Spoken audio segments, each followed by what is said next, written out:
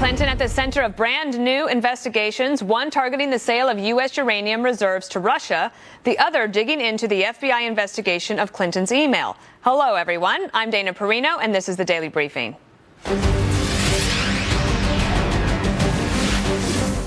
House Republicans on 3 committees launching a pair of joint investigations as new evidence comes to light. Chief Intel correspondent Catherine Herridge is live on Capitol Hill. Catherine. Well, Dana, the Republican lawmakers made the announcement right here outside the secure facility on the House side of the Capitol, and they told us that they're looking at this Uranium One deal back in 2010, and in a nutshell, this was a deal that gave a Russian business access to 20% of the uranium supply in this country. And they want to know whether the Obama administration hid what they knew about the case from Congress. And the reason we're hearing about a 2010 case now, this deal, is because they say an informant has come forward. It's all because of new information's come to light. What we didn't know, and we still don't know, was there actually an open FBI investigation or not? Back in 2010, and that's what we're aiming to find out.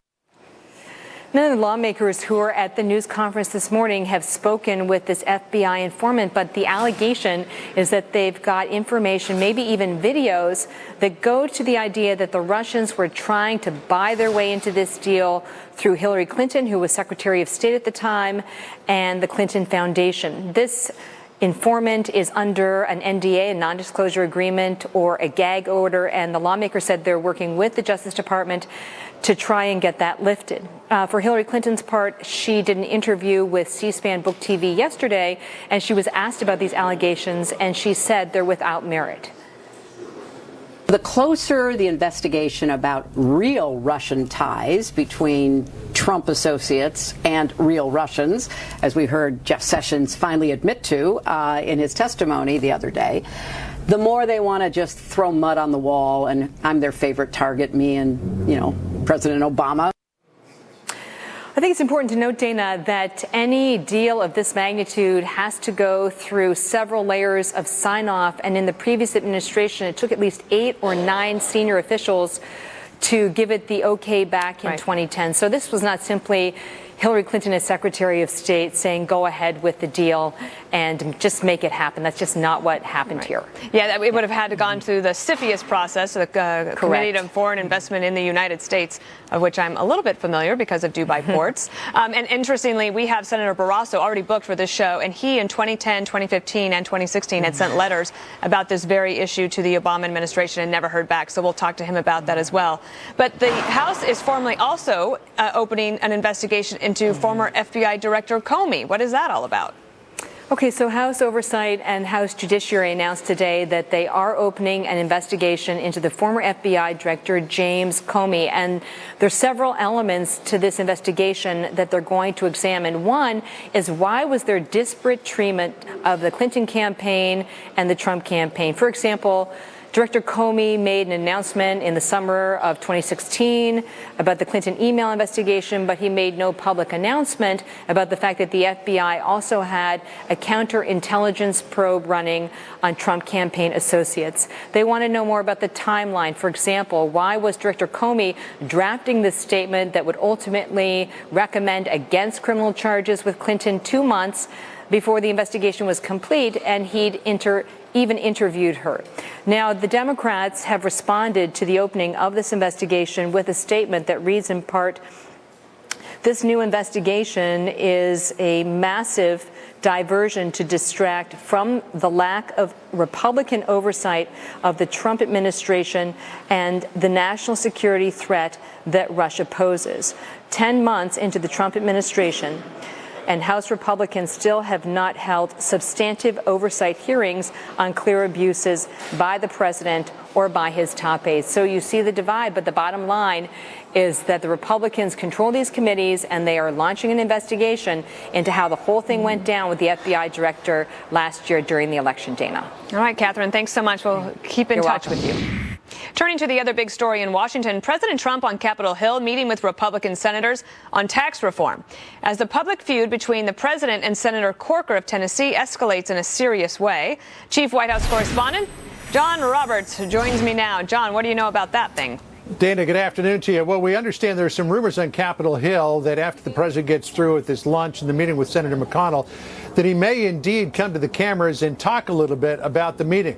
Tax reform was at the top of the agenda today. The president also wanted to talk about the slow pace of confirmation, some other issues dealing with the Senate as well. But the real centerpiece of all of this is that feud with Bob Corker that we'll talk about in just a second. The president, though, wants to try to get the Senate moving as quickly as possible on tax reform. He said the other day in a conference call with Republican members of Congress he'd like to get it done by Thanksgiving. Likely that wouldn't happen. The president would sure be happy, though, to get it by the end of the year. At an Oval Office event with minority entrepreneurs earlier today, the president talked up the importance of tax reform to spurring economic growth. Listen here. We're going to massively reduce the corporate tax so that companies stay in America, move to America, and hire right here in America. In other words, they stay in America and they don't fire their workers. That's what we're about. Our plan can be summarized in 3 simple words: jobs, jobs, jobs. But overshadowing tax reform and the lunch, the resumption of an old-fashioned Tennessee feud with Chattanooga area Senator Bob Corker. Corker this morning suggested that President Trump should keep his nose out of the Senate process to write tax reform legislation and should not send out tweets taking things like capping 401k contributions off the table, to which the president responded on Twitter, quote, Bob Corker, who helped President Obama give us the Batter-on deal and couldn't get elected dog catcher in Tennessee, is now fighting tax cuts. Corker dropped out of the race in Tennessee when I refused to endorse him and now is only negative on anything Trump. Look at his record.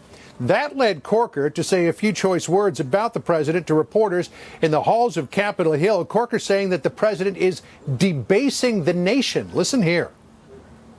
Just in the way that he conducts himself and goes to such a low level, I do. But look, I mean, the rest of us need to do what we can to act as statesmen and to try to move our nation ahead in a time when we have a leader such as we have now. Corker also said that he would not support President Trump's re-election and that he regrets supporting him the first time out. He also said that President Trump should leave foreign policy to professionals.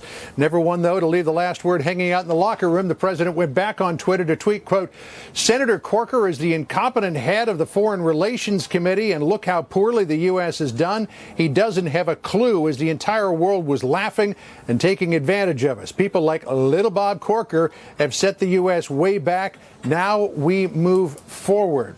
Suffice it to say, Dana, that there were probably some tense moments in that lunch, and we may hear about that in just a few minutes. You can imagine that Bob Corker might have found himself sort of sitting alone at the lunch table at the Senate this afternoon. But you also have found out that the White House is likely to make an announcement about refugees today. What's that one? Yeah, this is another deadline that's expiring in the president's travel ban executive order. You'll remember back in June, the Supreme Court allowed that to be implemented.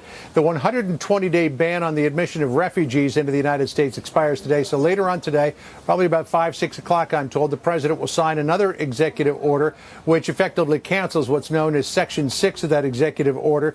The president will instead, quote, cap refugee admissions in fiscal year 2018 to 45,000. There will be enhanced vetting standards to include biometrics, enhanced training of officers to detect fraud, better communications between the Department of Homeland Security and the State Department, and a deeper dive into the background of refugees. And that will likely include things like biographical backgrounds, what activities on social media some of these refugees may have engaged in. It will also apply those vetting standards equally across the board to men, women, and children.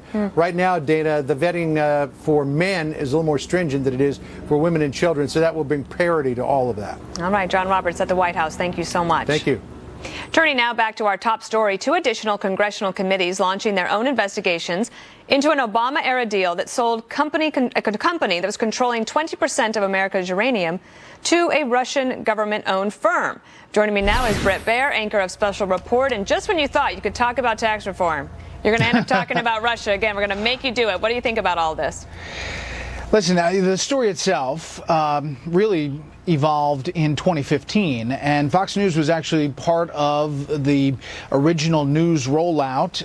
The New York Times, Fox News, covering the Clinton Cash book by Peter Schweitzer. We actually did an hour on Fox News Channel about all of this, including the Uranium One ties and the Clinton Foundation payoffs and the speeches that former President Clinton delivered all around to these different elements. I think the new element is this FBI informant, and whether this DOJ is going to sign off on the release of this person to not have to uphold the non-disclosure agreement and to be able to talk to Congress. The House committees certainly have their hands full. They're juggling several different investigations, and I saw that a couple of times that Democrats have already started to use this phrase that the Republicans are proving to voters that they are not willing to do substantive oversight against this president. I don't know whether they have poll tested that language or if they think it's a good talking point for them, but I've already seen it several times today.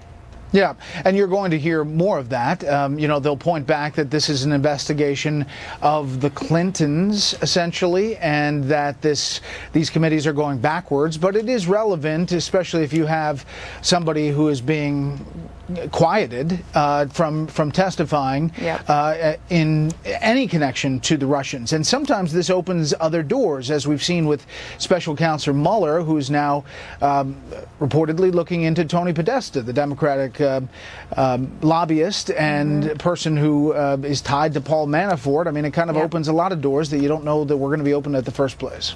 So let me also ask you about tax reform, because now you have the Republicans inviting the president up to the Capitol Hill to talk with them about how are they going to get this tax reform bill done. I feel like that he can taste success, and if he can get these Republicans to all work together, that he thinks that he can get it done. But how difficult do you think it will actually be to do? So I think the budget is going to get through the House as is, and that's going to save a lot of time. And then you're going to move forward with the specifics. And it is like herding cats. But you sense that they need a W so bad that they are going to try to kind of push through. I don't think Thanksgiving is realistic. I think Paul Ryan's estimation of Christmas is probably more realistic. And the question is, how much negotiation is there going to be? You know, when the president says in a tweet the 401k shelter is not going to happen, you're not going to, don't worry about any changes to that. You know, I think Republicans look at that and say, hey, you're taking an arrow out of our quiver. We're going to negotiate with some of this to get something else. So we're at the beginning of the process. That's right. So we're looking at live at the hallway there on the Capitol, where we are hoping that President Trump, after he leaves the luncheon, that he'll come and maybe give some comments and maybe take some questions there. So we will bring that to you live. Bret Baier, thank you so much for being with us today on the Daily Briefing. See you, Dana. Rex Tillerson is talking tough with Pakistan. The Secretary of State urging leaders there to take a stronger stand on terrorism. Rich Edson has a live update from the State Department. And despite President Trump's battles with reporters, the White House says it's trying to be more friendly to the press. How they're planning to do that next. A promise of transparency from Team Trump, with Press Secretary Sarah Sanders telling journalists at a town hall last night that the White House is going to put more information on the record. We had a meeting today in our office to do push for things that come from the administration and particularly from the press office to be on the record. If it's particularly a policy initiative and things like that, that should be on the record from us. Every White House deals with that. I remember it well. But Sanders also blasting the use of anonymous sources, calling it a disservice to the American people. So we'll keep an eye on that. Secretary of State Rex Tillerson making stops in Pakistan and India. Tillerson saying Pakistan's leaders must stop providing a safe haven for terror groups. This comes after his visit to Afghanistan, where he said there could be a place in that country's government for moderate members of the Taliban. Rich Edson is live at the State Department. What do you know?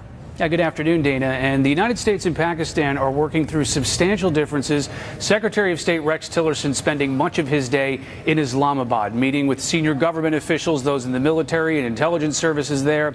Over the past week, the Secretary and senior State Department officials have pushed Pakistan to address militant groups operating inside its borders and then launching attacks in Pakistan. The Trump administration has even threatened to cut aid to Pakistan over this. The Secretary says Pakistan's government needs to address militant groups operating in its country. We have made some very specific requests of Pakistan in order for them to take action to undermine the support that the Taliban receives and other terrorist organizations receive in Pakistan. As we've said in this whole strategy, this is a conditions-based approach, and so our relationship with Pakistan will also be conditions-based. Pakistan maintains that it is producing results and denies that terrorist groups are operating inside its borders. Secretary Tillerson also noted that the United States-Pakistan security relationship is a very important one in the region. The Secretary of State is now traveling to New Delhi. He will meet with Indian government officials. That is also a concern of Pakistan, as the United States and India are trying to push forward on a closer relationship. The Secretary of State Rex Tillerson. Rich. Oh, go ahead, Dan. Thank you so much. We just have word that President Trump is coming out to the hallway. So they've obviously wrapped up the lunch, and we'll see if he's going to take any comments. We'll just have to keep an eye on that as the press seems to get really worried there. All right. We'll find out what happens. We're watching that on Capitol Hill, where lawmakers could address the media at any moment. Follow their lunch with President Trump and us on tax reform. We'll bring it to you as it happens. Why members of his own commission are warning the response to this drug epidemic might be not adequate. Plus, will the president get the response he wants from Senate Republicans on tax reform? We'll tell you it all when we come back.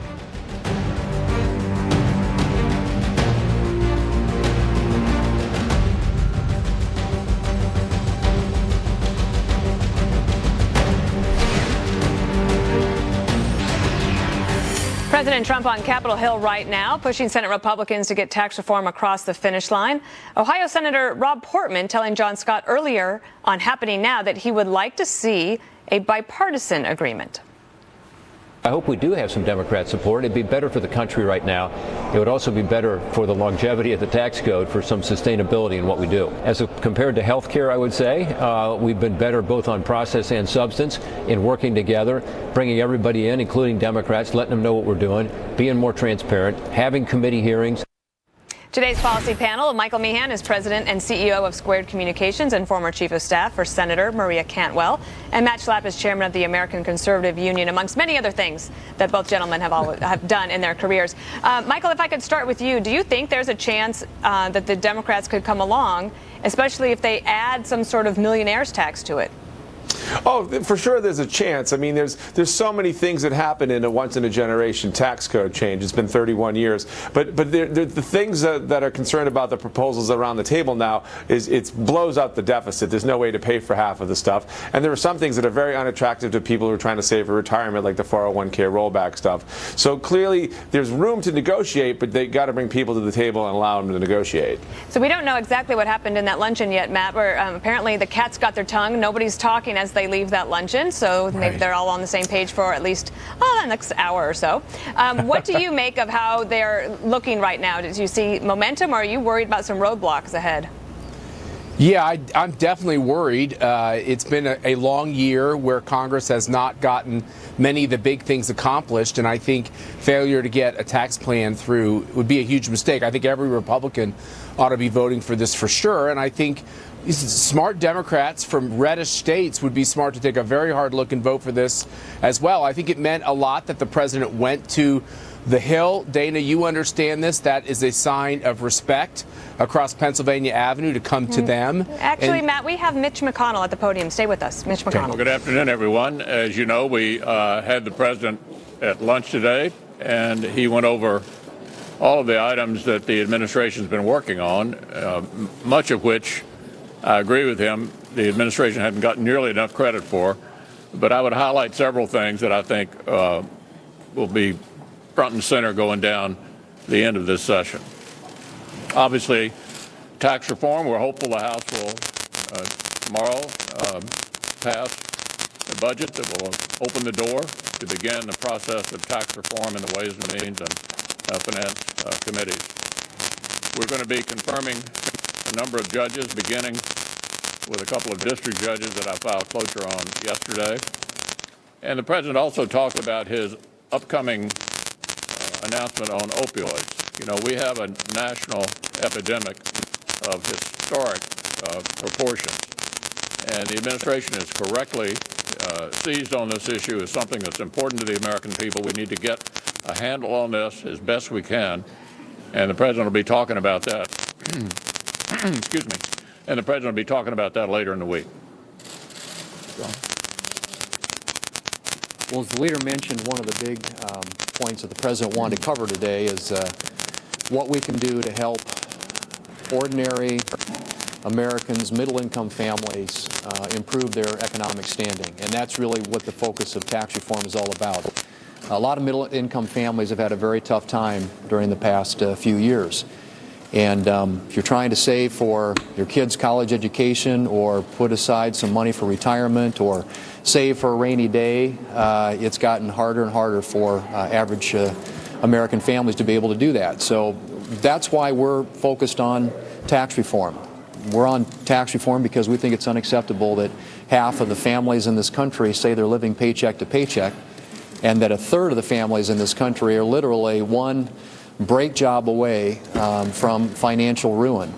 And so what the tax plan that we're putting forward does is it lowers rates on middle-income families, it doubles the standard deduction, removes a number of Americans from even having tax liability at all by doubling the standard deduction, and also expands the child tax credit. It makes it easier for families to afford the cost of raising children in this country. We think that's a path forward that will help pave a better and a brighter future for middle-income families in this country. We hope that there are Democrats who are going to be available to work with us to pass that kind of tax reform because it's good for American families, it's good for our middle class, it's good for jobs and wages. And those are the types of things that Democrats say they support. If they do, they ought to join hands with us and help us get this tax bill across the finish line.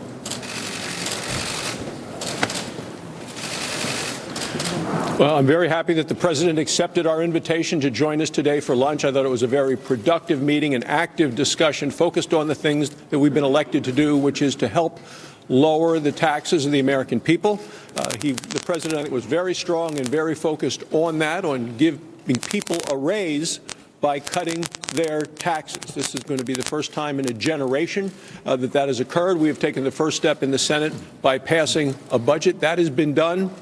We need a tax system in this United States that is fairer, simpler, and lets people keep more of their hard-earned money. That's what we're committed to do, and that's what the President was focusing on today. In terms of businesses and the tax situation there, you lower the taxes there to make it easier for businesses to hire people, to put more people to work, and to raise wages. Additionally, the President talked about the issue of confirmation of so many of his nominees. We're in a position where it seems that the Democrats have been so obstructive to President Trump and getting people in place to do the jobs of the American people that at this point, President Obama had twice as many people confirmed as President Trump has to this time. We're going to continue to work to break the obstruction that we're seeing from the Democrat Party. Part of the President's remarks today focused on the regulatory reforms that have been made already, and they've been significant. Things like the power structure that would have raised utility bills, the so-called clean power rule, the waters of the U.S. that would have required the EPA to be involved in so much of the economy. And these were huge overreaches, a step back from that. And on taxes, the President said in his two principal observations, what our members are saying on the floor and in all of their comments, this is about tax cuts for working individuals and hardworking families. And at the other end of the spectrum, it's about creating opportunities for our country to be more competitive so that the jobs people have are better than the jobs available now. Not very complicated. If we stay with those two principles, we'll see this economy grow. We'll see families and individuals who work hard for a living benefit from it. And that's clearly where the President is and where the Republicans in the Senate are. Over 1.7 million jobs have been created in this country since last November.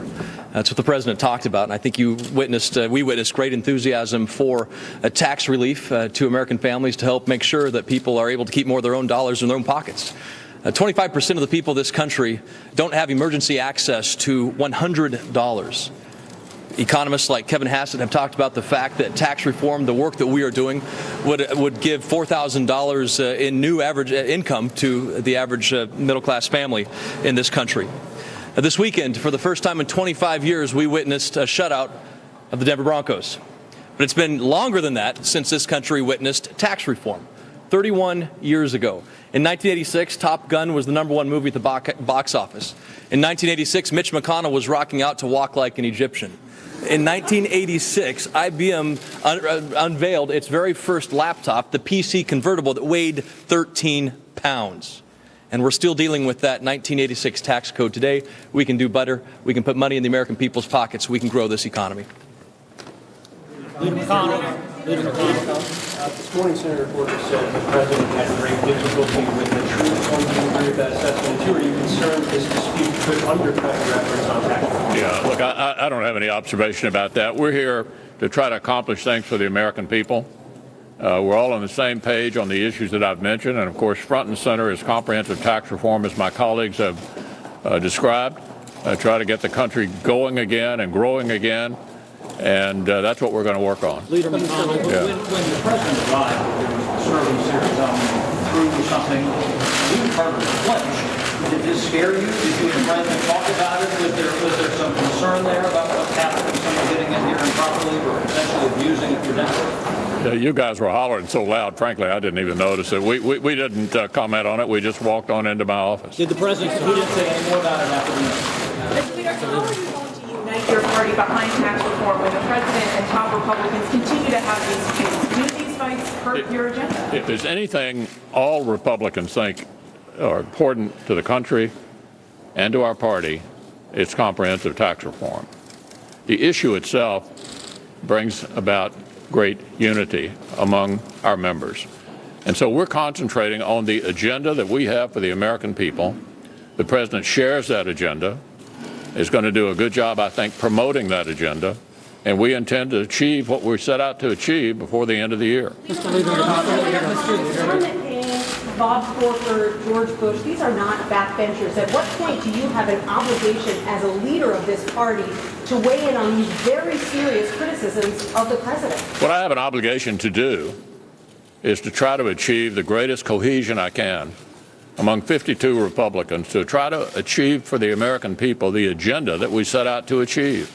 And tax reform is what we are about. If there's anything that unifies Republicans, it's tax reform.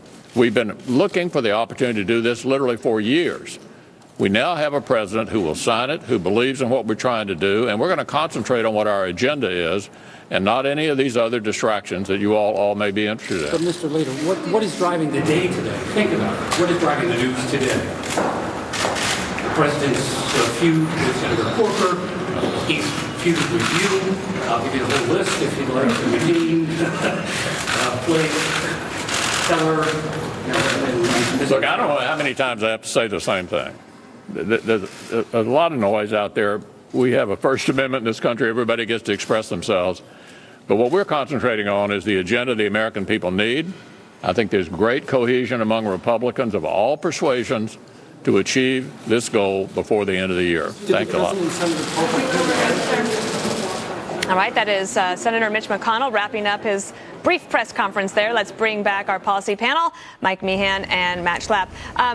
While he was talking, the senator of interest for several of the questions there also made some comments. Let's listen to those.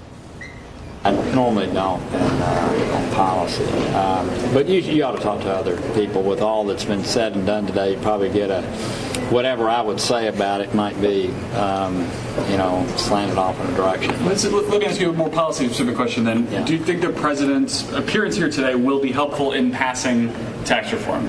The tax reform barely came up. So, yeah. What was the topic? What did the president discuss then?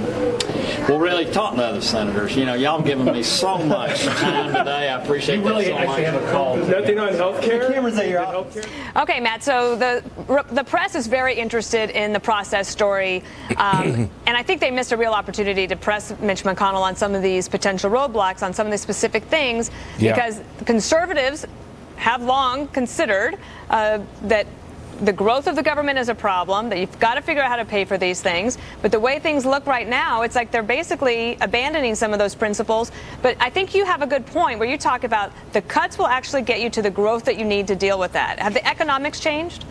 Yeah, Dana, I do think there's some division with maybe even some conservatives on the idea of paying for tax cuts. And certainly, as chairman of the American Conservative Union, I have a whole different idea. I don't like the idea of raising taxes in order to pay for taxes. So you have some tax cuts in this package that are going to be offset with some removal of deductions or some tax increases. And so I like the idea that this plan does rest on the idea of dynamic scoring and that revenues increase when we have the right regulatory and tax policy. I just won't be a voice to call for it to be completely paid for. I'd like to see as much pro-growth tax cuts as possible, because I think we're in a unique position. After 8 years of what I considered a fairly anti-business and radical Obama regulatory and tax environment, our economy could really explode, and the people who will benefit from that are these working middle class, the Americans that go to work and work very hard and they have not seen their incomes go up. They're the ones who are going to be beneficiary, and that's where my party should stand. Michael, do you think that the Democrats enjoy the Republican infighting when you see President Trump and Senator Corker battling it out this morning? Does that actually please them? Well, you do have to laugh at that a year ago you would have thought this was a Democrat-Republican spat going on between the battle between Corker and Trump, between the Twitter and whatnot. But the reality is a big policy initiative being debated here, and the question is all on the Republican side of the table. Do you want a deficit spend in order to give 80% of the tax benefit cuts to about 5% of the Michael, top? as a matter of fact, we have Senate Democrats coming to the microphones now, so you never know what's going to happen on the daily briefing. Let's listen to them. Senators Shaheen and Cardin for joining me here today. Now, as everyone knows, President Trump put down his phone for an hour to come to the Senate Republican luncheon to talk tax reform. Unfortunately, what the president says about tax reform has been correctly characterized by Senator Corker as untruths. And Corker was being kind. Let's just review a few of what the president says. It's just totally divorced. What the president says and what the Republican plan does are polar opposites. So, for instance, the president said this is not a plan for the rich. Blatantly untrue. Untruth number one, that this plan is not a plan for the rich. It repeals the estate tax, which benefits the 11,000 wealthiest estates in the country. Each one has to be more than $5 million. It lowers the top rate. Untruth number two, allowing hedge fund owners and big law firms to take advantage. Three, it provides a pass-through so very wealthy people can pay a lower rate than average Americans. Untruth after. So it is totally untrue, shall we say, that this is not a plan for the rich, which the president has stated. Then he says at the heart of our plan is a tax cut for everyday working Americans. Untruth number two. Just wrong. Tax Policy Center, a third of middle-class families would pay more, and very few get much of a break. When they talk about getting rid of state and local deductibility, when they talk about limiting 401ks, when they talk about limiting the mortgage deduction, those are all aimed at making the middle class pay more so the rich can get a bigger tax break. That's not what America needs. That's not what America wants. And that is not what's in the plans put together by our Republican leadership in the House and Senate. That's an untruth.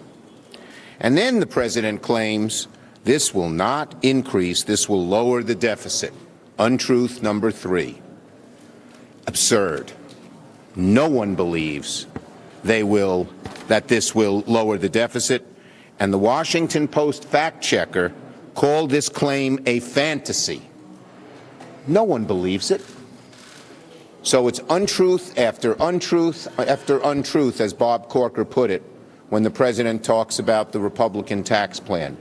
Untruth one, it's aimed at helping the middle class. Untruth two, it's not a plan for the rich. Untrue 3, it lowers the deficit. This plan is a disaster for America. It's no wonder our Republican colleagues want to rush it through in the dark of night, because the more it's exposed to sunlight, the more rotten it smells, and the American people will know that. Senator Cardin. Well, thank you, Senator Schumer. The more we're learning about the tax proposal that the Republicans will be unveiling next week, the more we have concern that this is certainly not in the interests of the American people. And Senator Schumer talked about the fact, one thing is clear, it will blow a hole in the deficit. They're acknowledging it'll blow a hole in the deficit when they allow a $1 trillion hole to be created on the tax proposal. But in addition, we know that there's a lot of gaps in even reaching a $1.5 trillion deficit. Secondly, we know that it will benefit higher income families. The wealthiest are the ones that are going to get the big tax cuts. Senator Schumer mentioned this state tax repeal. He mentioned the issues concerning the high alternative minimum tax, which will benefit wealthy families. That's all clear. But one thing is also clear to me, and that is middle income families are going to be asked to pay more. They're not going to get a tax cut. They're going to be actually asked to pay more. When you start looking at the way that they're going to be paying for this, they are talking about eliminating the personal exemption, the dependent exemption. People who have large families, they're going to certainly end up paying more as a result of this proposal. You look at the elimination of state and local taxes. All right, Senators Schumer and Cardin, Senate Democrats, coming to the podium there to push back against the Republicans who had a meeting with President Trump today. And the person who invited President Trump, Wyoming Senator John Barrasso, was there with the president. He joins me now live from Capitol Hill. Sir, so there you have it. I mean, the Democrats have said that these are the 5 things that we're going to try to hit them on. They're saying that the president is not telling the truth when it comes to his tax reform plan. Are you prepared to deal with the message fallout from all of this?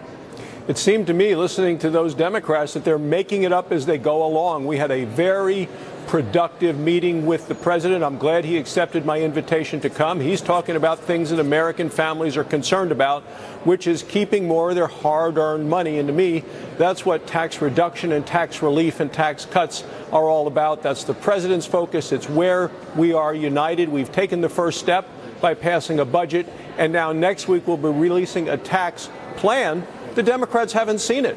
They are just making up what they think is going to be in it. I will tell you, this is a plan focused on a couple of things. One is lowering rates, simplifying the whole tax code, making it fair, letting people keep more of their hard-earned money. That's what the president was focused on today. That's where we are committed and working all together. If the Republicans do decide to add this 4th bracket or something, a new tax on millionaires, would you expect that some Senate Democrats would say, okay, well, look, now they're taxing the wealthy, so maybe they could come on board?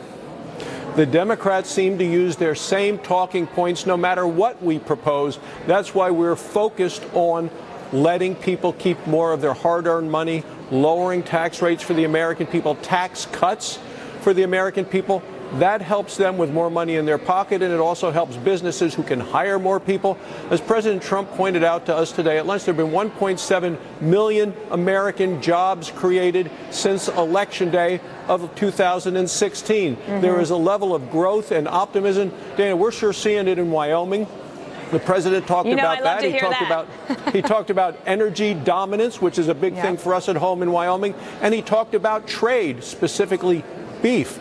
Cattle, our #1 cash crop. Everything the president said today was music to the ears of the people of the Rocky Mountain West, and certainly in my home state of Wyoming. Well, I'm going to want to have you back to talk about trade, because I think there are some concerns there. But let me ask you, how much of a distraction is it when President Trump is fighting with Senator Corker, and he's punching back, and you have the media basically asking Mitch McConnell 4 questions about Corker and not one on the policy side? Well, you know, we don't need distractions. As the Senate Republicans, we are focused on the future and the families all across the country. You know, I know when somebody called this a photo op, I will tell you, Dana, this is no photo op. This was a productive working meeting with the President of the United States, dialoguing questions and answers with senators from across the country. Lots of issues being discussed: the economy, jobs, a strong and healthy economy, trade, energy, regulatory relief that has meant so much to help jobs in the economy across the country, as well as Neil Gorsuch on the Supreme Court, and additional opportunities that we have to put more judges in place over the next months and years. Hey, while I have you, just one more question on something that we led the show with, which is there's a new investigation that the House Republicans have decided to do into this Uranium One deal. Now, I know that for several years, going way back, you being on the Energy and Natural Resources Committee have raised questions about this, and you didn't get any satisfactory answers from the Obama administration. Are you glad there's going to be an investigation? Absolutely. I think this is good news for the American people. I've been trying to raise questions since 2010 on this sale of so much of our uranium assets to Russia. And this is a sale that had to be approved by a committee that approves those things. And the people that were on that committee, Hillary Clinton, who was Secretary of State at the time, as well as the Attorney General at the time, Eric Holder. And it looks like the FBI was doing investigations all the way back to 2009. And I want to know why the American people didn't know about those FBI investigations, because that should have prevented this sale to Russia and to Vladimir Putin from ever happening in the first place. All right. Senator John Barrasso, thank you for being with us today. Okay, thanks for having me. So why President Trump, said to declare a national emergency, why members of his own commission are warning the response to this drug epidemic may not be adequate. Plus, will the president get the response he wants from Senate Republicans on tax reform? We'll talk about that, too. President Trump on the verge of declaring the opioid crisis a national emergency, a move that would be unprecedented. And there are some concerns, even from the members of his own commission, that he may not follow through with a strong response. Joining me now is Indira Sidambi, addiction medicine expert and founder and medical director of the Center for Network Therapy, and Dr. Nicholas Kardaras. He is addiction expert and executive director of the Dunes Rehab Facility. I have Devin Nunes on the brain because he was the congressman at the top of the hour. Thank you for being here today. So we expect that the president on Thursday is going to finally make this declaration. Do you think it's necessary, Doctor? I think it's a start in the right direction. I think having a national conversation and allocating resources. My concern is where those resources are going to be allocated. And so we've always looked at the drug epidemic, the war on drugs, as a supply side issue and not as a demand side issue. And so I would personally like to see that a lot of the demand side in terms of what's the underlying causal reasons that's driving the opioid epidemic, and not just look at interdiction or even treatment, because by the time someone gets to treatment, the horse has already left the barn. You know, there's a lot that we can do before it reaches to that level of an intervention. So I want to see more preventative types of measures in place. And you're having a lot of success at your clinic, you told me, with actually getting people, if they are addicted, off of it and onto a sober life. Yes, you're right about that. I pioneered the outpatient detox methodology in the state of New Jersey. It's been 4.5 years that I've been practicing in that clinic, and we see 65% of our patients who complete the program remain sober for 90 days and over.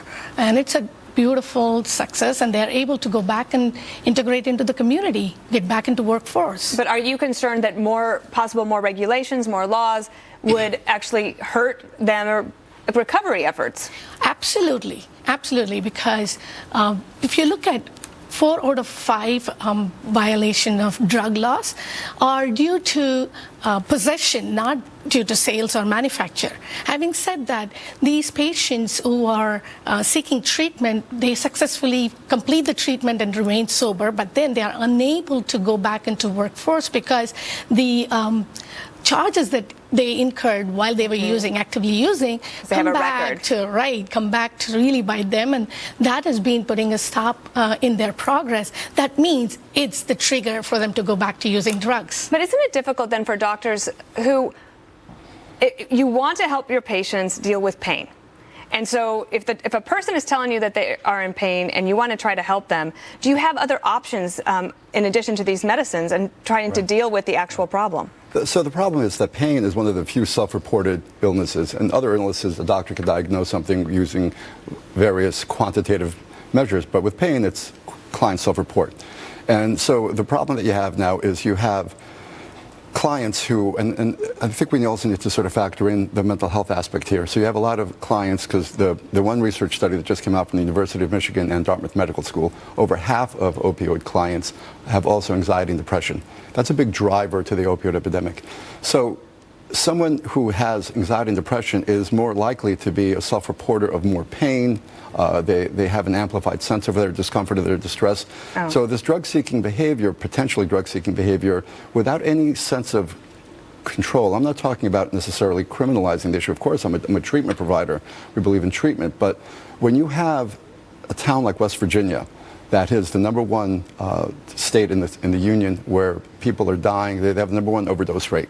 So you have distressed economies. You have a flood of opiates going into West Virginia. For example, there's a town in West Virginia called Kermit, West Virginia, that has 392 people. They had 9 million Vicodin pills went into that town in a 2-year period. Controlling that free flow of substances into vulnerable populations is, I think, is part of the solution, because you have vulnerable communities with this free access to self-medicating instruments, which Big Pharma has played a part of. I only have a little bit of time, but if there was one thing that you could ask President Trump to include in his emergency declaration, what would it be? That will be to really have do decriminalization of drugs, because that is a key. If we decriminalize, then the amount of money that is being spent for the criminal justice can be diverted towards the treatment. And I think that's important. And one big thing I want to bring to the table today is that addiction is a chronic disease. So we shouldn't be looking at this any different from diabetes or high blood pressure. That's a really good point. So we shouldn't be talking about criminalizing these patients. We're going to have to run. Thank you so much for being here. We'll keep talking to you about it. We have a Fox News alert. New reporting by the Arizona Republic newspaper that Republican Senator Jeff Flake will not seek re-election. Senator Flake reportedly citing the, quote, nastiness of Trump-era politics as the reason he will not run again. He will serve out the remainder of his term. So that is big news. We'll be right back. Time now for some good news. 5 ex-presidents used their star power to raise millions of dollars for hurricane relief. The One America Appeal benefit concert last weekend raised $2.6 million. The event brought together all 5 living former presidents and some of music's biggest stars like Lady Gaga. More than 6 million people tuned in to the concert online. The funds will go toward rebuilding hard-hit areas in Texas, Florida, and Puerto Rico. One America Appeal has raised more than $31 million for hurricane relief since the campaign started last month. Thanks for joining us. That was a lot of news in 1 hour. I enjoyed it. I hope you did too. I'm Dana Perino. Here's Now Shep.